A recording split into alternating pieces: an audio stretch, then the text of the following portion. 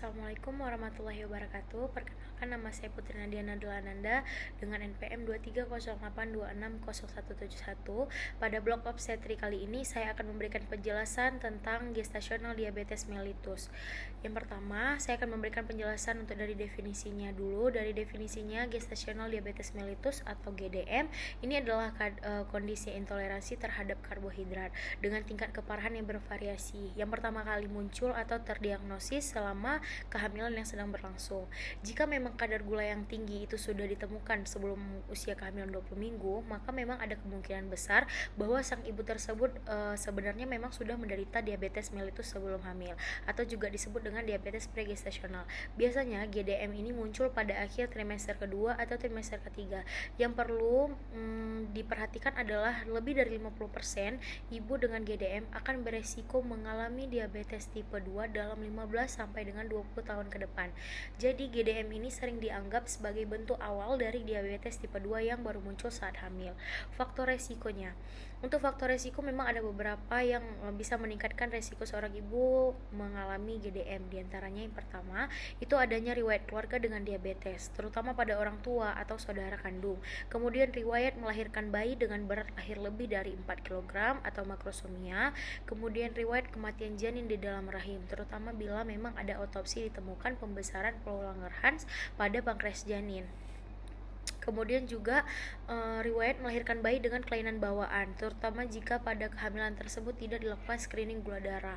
Kemudian riwayat GDM pada kehamilan sebelumnya, penggunaan steroid jangka panjang, adanya juga gangguan metabolisme glukosa sebelumnya atau prediabetes, kemudian kematian janin prenatal yang tidak jelas apa penyebabnya. Kemudian kehamilan ibu mengalami polyhydramnion atau memang air ketuban berlebih, atau juga infeksi Candida vagina berulang. Glikosuria persisten, yaitu adanya gula dalam urin secara berulang. Kemudian usia ibu yang lebih tua, terutama memang bagi orang hamil di atas 30 tahun. Obesitas atau overweight juga bisa sebagai faktor resiko sebelum kehamilan. Faktor etnis misalnya dari Asia Timur atau keturunan dari Kepulauan Pasifik. Kemudian saya akan memberikan penjelasan tentang dampak GDM pada kehamilan. GDM ini tidak hanya memengaruhi sang ibu, tapi memang juga memengaruhi pada janin, baik dalam kandungan maupun memang setelah dia lahir. Kalau pada ibu, resikonya itu sang ibu bisa mengalami diabetes tipe 2 setelah melahirkan lebih meningkat, terutama bila memang kadar gulanya tidak terkendali. Kemudian preeklamsi, yaitu kondisi tekanan darah yang tinggi pada kehamilan yang disertai kerusakan organ. Kemudian juga ada polyhydramnion, yaitu jumlah air ketuban yang terlalu banyak pada janin dan baru lahir. Kemudian untuk dampak pada janinnya bisa makrosomia, yaitu janin berukuran besar yang dapat mempersulit proses persalinan dan meningkatkan resiko trauma pada lahir.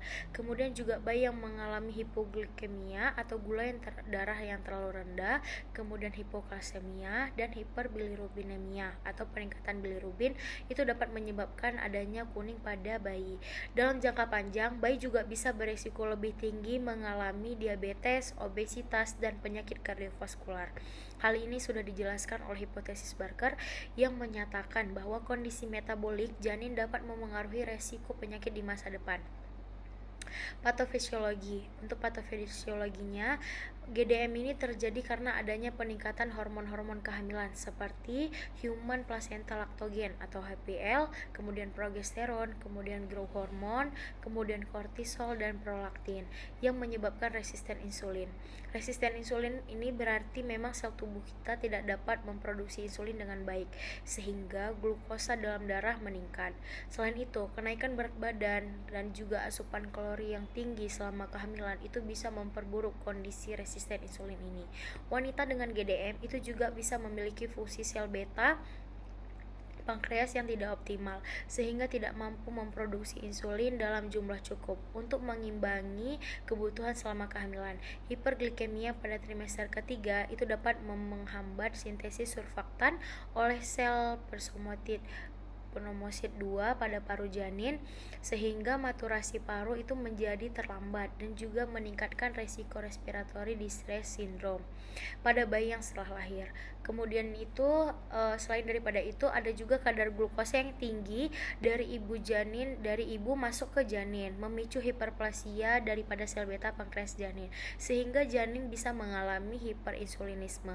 Kondisi ini bisa menyebabkan janin menjadi besar atau makrosomia dan organ-organ janin mengalami pembesaran atau visceromegali sesuai dengan hipotesis dari Perdesien.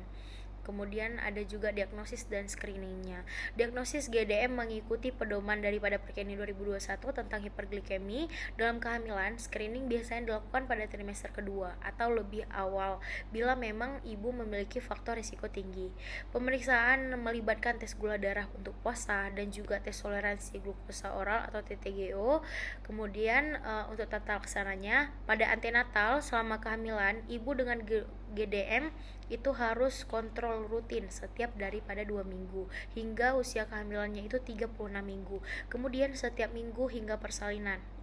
Kemudian juga target glukosa darah untuk yang puasa itu harus kurang dari 95 mg per dl. Kemudian 1 jam setelah makan itu kurang dari 140 mg per dl, dan 2 jam juga setelah makan itu kurang dari 120 mg per dl. Untuk persalinan, jika memang gula darah terkendali dengan diet saja, persalinan ini dapat menunggu sampai dengan aterem atau lebih dari 37 minggu. Jika memang usia kehamilannya itu sudah lebih dari 40 minggu, kemudian dia belum melahirkan, itu dilakukan pemantauan kesejahteraan janin 2 kali per minggu. Pasien dengan riwayat hipertensi dengan kehamilan atau HDK atau pernah memang stillbirth harus dipantau sejak usia 32 minggu. Kemudian ada juga SC elektif, itu bisa kita lakukan jika memang taksiran berat janin itu lebih dari 4.500 gram. Itu untuk mencegah komplikasi pada persalinan. Kemudian juga kalau memang jika dietnya itu nggak cukup, diberikan insulin untuk mengendalikan gula darah. Kemudian ada perawatan pada bayi baru lahir. Bayi itu perlu pemantauan intensif untuk mencegah komplikasi seperti hipoglikemia, kemudian hipokalsemia, dan juga hiperbilirubinemia.